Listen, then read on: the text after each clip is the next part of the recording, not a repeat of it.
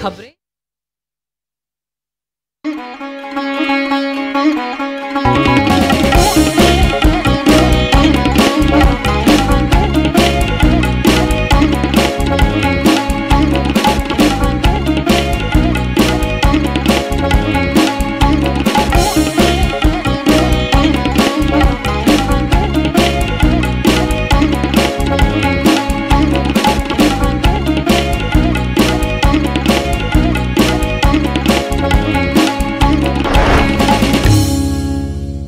आचारः परमो धर्मः, आचारः परमं तपः, आचारः परमं ज्ञानम्, आचारात् किं न साध्यते। सदाचारं साधयन्तः परमं तपः भजन्तः सज्जनाः समीक्षकाः गवीषद्विवेदी सप्रणामम् उपस्थितः अत्र। नवविचार संसिक्तं नवाचार संयुक्तं वार्तावल्याः नवं क्रमं समादाय अत्र सनमनं समुपस्थिता ईशा अहं लता। लते नवविचार संयुक्तः नवाचार संसिक्तः क्रमः तु नूनम् एव भविष्यति अद्य। सर्वादौ कार्यक्रमे किं विशिष्टं प्रस्तोष्यामः प्रथमं तद्विषये संसूचयामः। अवश्यं दर्शकाः यथा जानन्ति भवन्तः सर्वादौ मंगलार्थ प्रतिपादकेन सुभाषितेन एव कार्यक्रमः समारभते। सिंहः शिशुरपि निपतते मदमलिन कपोल भित्तिषु गजेषु प्रकृतिरियं सत्त्ववता न खलु वयस्तेजसां हेतुः न खलु वयस्तेजसां हेतुः। एक सिंह शावक भी बिना किसी भय और झिझक के एक मदमस्त हाथी के दीवार के समान बड़े और मलिन कपोलों को लक्ष्य कर आक्रमण कर देता है, क्योंकि तेजस्विता का कारण आयु नहीं अपितु पराक्रमियों का तो यह स्वभाव ही होता है। Even a cub of a lion fearlessly and unhesitatingly attacks the wall like dirtied cheeks of a frenzied elephant. This is due to the inherent nature of powerful and courageous living beings and not at all due to their age and strength. पराक्रम प्रबोधकं सुभाषितमेतत् संसारे समाचर्यमाणं वीरता विषय माहात्म्यं स्मारयति माम्। एतत् हि सम्यक् स्मरणं। दर्शकाः साम्प्रतं देश विदेशेभ्यः संकलिताः गत साप्ताहिकीः मुख्याः घटनाः अत्र सविशेषं प्रस्तुमः प्रवाही स्वरेण। प्रधानमंत्री नरेंद्र मोदी अस्ति जापान प्रवासे। तत्र जापानस्य प्रधानमन्त्रिणा फुमियो किशिदा इत्यनेन सह हिरोशिमायां कृतवान् द्विपक्षीयां वार्तां। हिरोशिमायां च प्रधानमन्त्री महात्मा गान्धी वर्यस्य प्रतिमायाः अनावरणमपि कृतवान्। हिरोशिमा नगरे G7 इत्यस्य सम्मेलनस्य प्रथमे दिने रूस यूक्रेन युद्धं, जलवायु संकटम् अथ च महामारी इत्येतेषु समाह्वानेषु अभवत् चर्चा। चर्चायां तथ्यमेतत् प्रकाशितं जातं यत् यूक्रेन विरुद्धं रूसदेशद्वारा क्रियमाणं युद्धमस्ति अवैधम्, अनुचितम्, अकारणं च। प्रधानमन्त्री नरेंद्र मोदी नवदिल्ल्याः प्रगति मैदानस्थले अन्ताराष्ट्रिय संग्रहालय दिवसावसरे अन्ताराष्ट्रिय संग्रहालय प्रदर्शन्याः उद्घाटनं कृतवान्। उत्तरखण्डे दक्षिणखण्डे च आगामि राष्ट्रिय संग्रहालयस्य आभासीय यात्रायाः अपि समारम्भं सः कृतवान्। उपराष्ट्रपतिः जगदीप धनखडः चण्डीगढ़ स्थितस्य पंजाब विश्वविद्यालयस्य 70तमे दीक्षान्त समारोहे मुख्यातिथिरूपेण सम्मिलितः अभवत्। विश्वविद्यालयस्य कुलाधिपतिः एषः समिति सदस्यैः सह विविधोपवेशनानि कृतवान्। केन्द्रीय गृह सहकारिता मंत्री अमित शाहः सोमवासरे नवदिल्ल्यां विधायि प्रारूपणमाश्रित्य एकस्य प्रशिक्षण कार्यक्रमस्य उद्घाटनं कृतवान्। एतस्य कार्यक्रमस्य आयोजनं संवैधानिक संसदीयाध्ययन संस्थानद्वारा लोकतन्त्राय संसदीयानुसन्धान प्रशिक्षण संस्थानस्य सहयोग पुरस्सरमासीत्। कर्णाटक राज्यस्य वरिष्ठः नेता सिद्धारमैयाः स्वजीवने द्वितीयवारं मुख्यमन्त्रिपदासीनः अभवत्। DK शिवकुमारः अपि उपमुख्यमन्त्रिपदस्य शपथवचनं स्वीकृतवान्। हरिद्वार स्थिते केन्द्रीय संस्कृत विश्वविद्यालयस्य आदर्श योजनान्तर्गतं सञ्चालिते श्री भगवानदास संस्कृत महाविद्यालये राष्ट्रिय संगोष्ठ्याः आयोजनं शनिवासरे अभवत्। गोष्ठ्यां नूतन राष्ट्रिय शिक्षा नीतौ भारतीय संस्कृतेः भारतीय भाषाणां च विकासाय चर्चा अभवत्।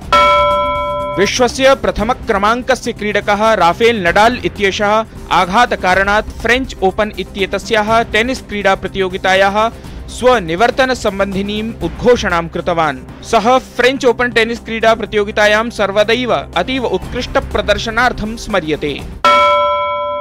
सद्यः प्रस्तुतेषु घटनाक्रमेषु पुनः स्मृतं मया। तत् किं विशिष्टं पुनः स्मृतं भोः? एतदेव यत् उदीयमानः भारतदेशः अनेकैः क्षेत्रैः सममेव प्रविधिक्षेत्रे अपि तथैव सततं समुदीयमानः अस्ति इति। चितं गवीश, यूनां देशः अस्ति भारतदेशः।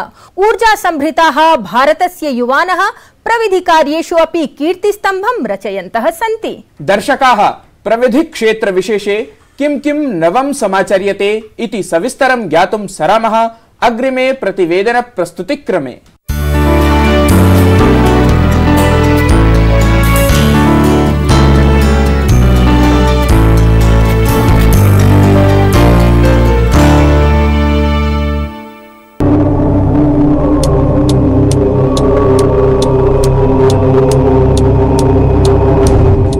वर्षम् 98+1920 मे मासिकः च 11 दिनाङ्कः। तदा हि सफलं पोखरण परमाणु परीक्षणं परमाणु-ऊर्जायाः शान्तिविकासपरं प्रयोगम् आश्रित्य भारतस्य तात्कालिकं शक्त्यभियानं विश्वस्मिन् विश्वे समानीय सर्वान् विस्मितप्रायान् कृतवत्। यतः ततः एव आरब्धा भारतेन प्रविधि क्षेत्रे स्वगौरव प्रवर्धिनी विकासयात्रा।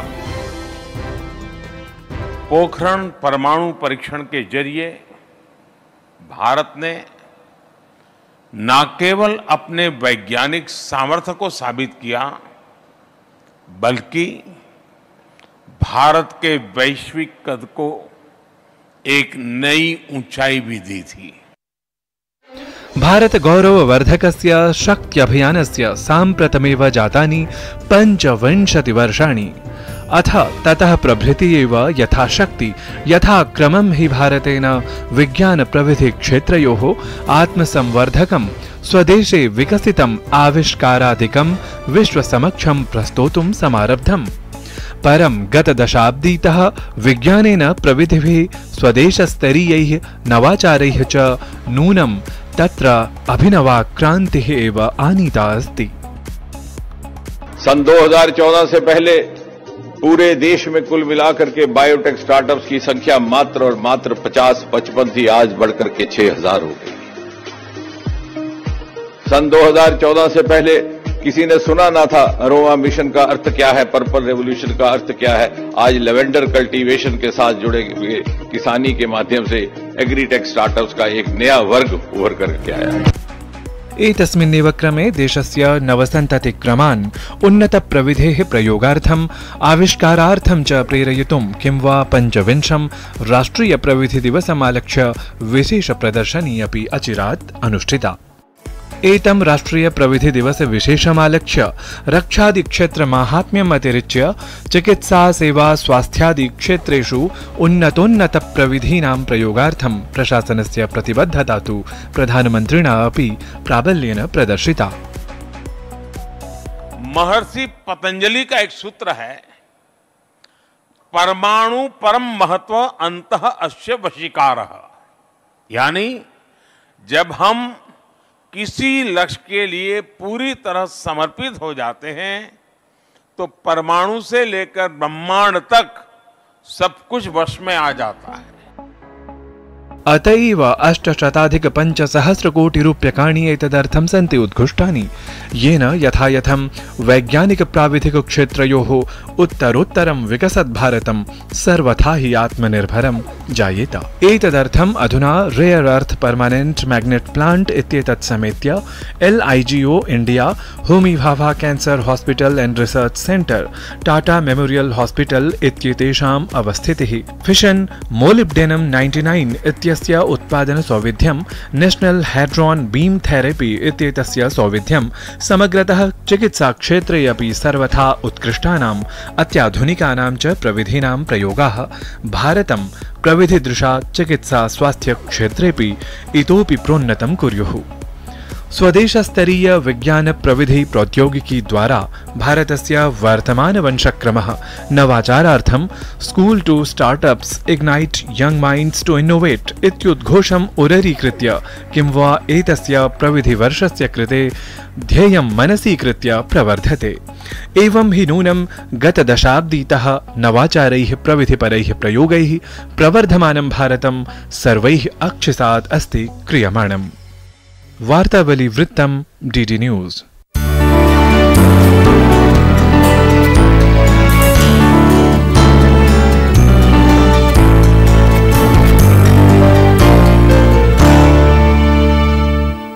गवीश भारतीयानाम् एतादृशी प्रज्ञा संरचनात्मिकी च कार्यशैली भारतं भारतीय जनसंकुलं च इतोपि गौरवान्वितं कुरुतः। सर्वथा सत्यमुक्तम्। तेषु एव प्रज्ञावत्सु महनीय भारतीयेषु अन्यतमः कश्चन विज्ञानपटुः संस्कृतज्ञः च अद्य अस्माकं सहयोगिन्या दीप्ति शर्मणा सह संवादार्थम् अध्यन्तर्जालं समुपस्थितः अस्ति। आम्, विज्ञान संस्कृत क्षेत्रयोः कथंकारं कृतेन योगदानेन अतिथि महोदयः भारतं संस्कृत जगच्च गौरवान्वितं करोति इति ज्ञातुम् अग्रेसरामः। त्रिज्या प्रभाग विशेषं च प्रस्तुमः।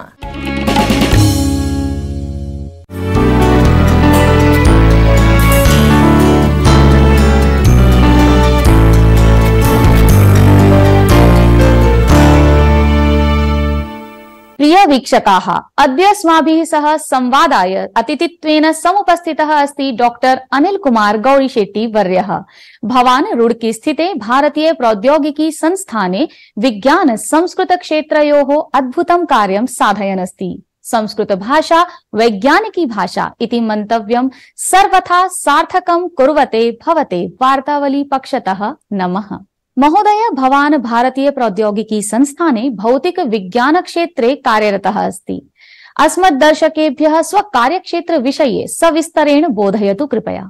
अहं नाभिकीय खगोल भौतिक शास्त्रे अपि कार्यं करोमि, यस्मिन् वयं ब्रह्माण्डे तत्त्वानां प्रचुरता, ताराभ्यः ऊर्जा निर्माणं, ब्रह्माण्डे विभिन्न तत्त्वानां संश्लेषणं च अवगन्तु प्रासंगिकानां परमाणु विक्रियाणाम् अध्ययनं कुर्मः। उच्चशक्तियुक्तानां रेडियो धार्मि स्तोत्राणाम् उपयोगेन अहं विभिन्न प्रकारस्य पदार्थेषु विकिरण प्रेरित प्रभावेषु अपि कार्यं करोमि। अहं टाटा मूलभूत अनुसंधान संस्थानं, भाभा अनुसंधान संस्थानम् इत्येतयोः सहकार्यं करोमि। विगतः 15 वर्षेभ्यः अहं IIT रुर्की इत्यस्य छात्राणां कर्मचारिणां च सहायेन संस्कृत भाषायाः भारतीय ज्ञान परंपरा इत्यस्य च प्रचारार्थं कार्यं करोमि। महोदय, न्यूरल मशीन ट्रांसलेशन अनेन विधिना भवान् संभाषण संस्कृतानुवाद प्रणाल्याः निर्माणं कुर्वन् अस्ति। का एषा परियोजना इति वयं ज्ञातुम् उत्सुकाः। So perhaps the primary translation may have to be fruit, and then based on context, fruit of action may have to be used. And one of the prerequisites to develop an effective translation system is availability of very large number of translated sentences for training the models. And in our project, which we are doing in collaboration with IIT Bombay, Ganesh Ramakrishnan Mahodayana Saha, we propose to generate the required data set of translated sentences as well as develop an automatic translation system for both Sanskrit Hindi and Sanskrit English. And we are trying to develop a bilingual corpus of Sanskritam Hindi sentences and extend them to major Indic languages for development of automatic translation systems from Sanskrit to Indic languages. So to summarize, we have following objectives in this project: to generate a corpus with millions of Sanskrit to Hindi and Sanskrit to English sentences, and develop a Sanskrit to Hindi translator using neural machine translation, and develop a Sanskrit to English translator and investigate translation to other Indic languages via two-step translation using Sanskrit to Hindi translator. महोदय, अद्यत्वे अनेकेषु भारतीय प्रौद्योगिकी संस्थानेषु भारतीय ज्ञान प्रणाल्याः विभागानां स्थापना क्रियमाणा अस्ति। किम् एतस्याः उद्देश्यम् अथवा के परिणामाः अपेक्ष्यमाणाः? एतत् सत्यं it is true that in the last few years, many IITs have started working in Indian knowledge system activities. However, it was Indian Institute of Technology Bombay which first started Cell for Science and Technology in Sanskrit way back in 2003, Vimshati Varshani Purve. It has been doing research and teaching courses in the fields of Indian mathematics, Indian astronomy, Sanskrit language, Paninian grammar, and philosophy of Sanskrit language. Later, due to sincere efforts by the Indian Knowledge System Division of Ministry of Education and then New Education Policy 2020, several IITs realized the importance of having IKS activities in an organized manner. And the main objectives of IKS activities are twofold. Number one, designing the courses related to the IKS, and two, to carry out interdisciplinary research and train scholars in IKS areas such as Indian mathematics, linguistics, philosophy, astronomy, health, and architecture from an Indic perspective. And one of the expectations out of all these IKS activities is to identify traditional scholars in IKS areas, but do not have formal educational backgrounds, and having them as visiting faculty and professors of practice in respective IIT campuses will surely help in the integration of traditional knowledge within the academic curriculum. But there are two major challenges involved in promotion of Sanskritam and the Sanskrit-based knowledge systems like Ayurveda. One, delinking the Sanskrit language from sacredness. Second, clinical studies in the field of Ayurveda and traditional medicine. So one of the expectations is from time to time, the outcomes of these studies should translate into recommendations that are to be submitted to the policymakers in the fields of science, technology, and economics. And for your information, several IIT faculty members, they took the initiative in bringing out the knowledge available in different IKS areas to teaching and research level. For example, Arnab Mahodaya and Anurag Mahodaya from IIT Kanpur, Numesh Bolia Mahodaya from IIT Delhi, Ramanathan Mahodaya from IIT BHU, Ganesh Ramkrishnan Mahodaya from IIT Bombay, Venkateshwara Pai Mahodaya from IISER Pune, Aditya Kolachana from IIT Madras, Venkatakrishnan Mahodaya from IIT Mandi, Michelle Denino Mahodaya and Manasha Mahodaya from IIT Gandhinagar, Anuradha Chaudhary Mahodaya from IIT Kharagpur, Ganti Murthy Mahodaya from IIT Indore, several others. They are continuously working to find out solutions to some of the problems plaguing the country in our nation from Indic perspective. So overall, with these IKS activities, we are expecting to create a positive attitude and confidence in the students' minds when it comes to the scientific knowledge evolved in our nation. महोदय, सांप्रतिके विज्ञान प्रविध्याधारिते युगे भारतीय ज्ञान राशीनां का उपादेयता अथवा का प्रासंगिकता? It is important for academicians, researchers, social scientists, policymakers to explore whether few ideas or solutions are available in Indian knowledge systems. For example, when in IIT systems, when we build boundaries for the campuses, many times we realized that we also build boundary in our minds when we interact with society just outside the IIT campus. जो IIT campus के अंदर वातावरण दिखता है और जो IIT campus का outside जो दिखता है, बहुत अंतर है. ये अंतर हमारी शिक्षा व्यवस्था में पहले कभी था क्या, और ये अभी समाज के लिए ये अच्छा है क्या? For example, till a few centuries ago, the education in Bharat used to play a major role in integrating the different parts of society, as students used to take bhiksha from residences just outside their university campuses. Now, we may not replicate them, but certainly we need to seriously consider the spirit and idea behind the establishment of such an education system which has lasted for several centuries in our civilization. And Indian knowledge systems surely has the potential to improvise the education system and health-related technologies.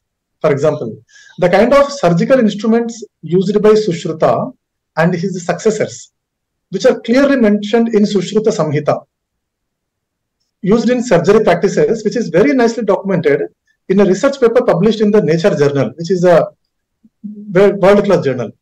Though we may have lost many of approach adopted while making those instruments, it can certainly inspire the present and future generations for making better technologies.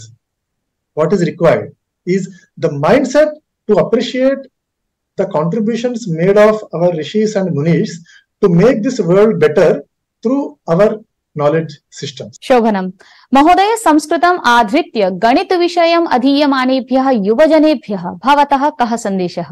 मखी भकी फकी धकी नखी नखी नखी हज्जा shaky Suga झकी खिग्वा ढलकी खिग्रा हक्या धकी किचा Suga जा न्वा क्ला ता फा च कला अर्ध ज्याः।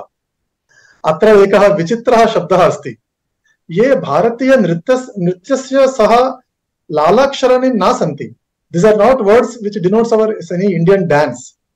अपितु गणितस्य खगोलशास्त्रस्य च प्रसिद्धस्य संस्कृतग्रन्थस्य एकः खण्डः अस्ति. So all these things really should inspire our younger generation working in Sanskritam and mathematics. In particular, संस्कृते कार्यं कुर्वतां युवानां कृते अहं मम व्यक्तिगतम् अनुभवं साझा कर्तुम् इच्छामि। मातृभाषा शुद्धिं वर्धयति। इदं प्रभावी एकीकरणकारकेषु अन्यतमम् अस्ति। Sanskrit can be very effective integrating factor in our nation. भारतीयत्वात् संस्कृतं शिक्षितुं प्रवर्धनं च अस्माकं स्वकीय दायित्वम्। फॉर एग्जांपल, भारत माइनस संस्कृतम इज इक्वल टू इंडिया। यदि हम भारत को भारत जैसे बनाना चाहते हैं, अत्यंत आवश्यक है संस्कृत ज्ञान भारतीय ज्ञान परंपरा में जो भी निक्षिप्त ज्ञान है उसको समझना है और एकेडमिक डोमेन में लाना अत्यंत आवश्यक है। धन्यवादः महोदय। वार्तावली पक्षतः अहं भवद्भ्यः धन्यवाचांसि समर्पयामि। धन्यवादाः। महान् सन्तोषः। पुनः धन्यवादः।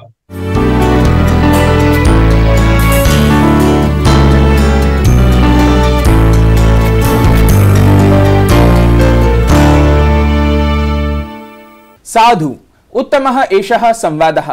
भारतस्य भारतीयानां च संरचनात्मिका प्रज्ञा न हि केवलं भारते प्रत्युत निखिले अपि संसारे अस्मान् गौरवान्वितं करोति। दर्शकाः, साम्प्रतं कार्यक्रमे अग्रेसरामः। नवं स्पर्धागीतं च पुनः स्मारयामः। लते, किमस्ति एतस्मिन् सप्ताहे नवं स्पर्धागीतम् इति स्मारयतु कृपया।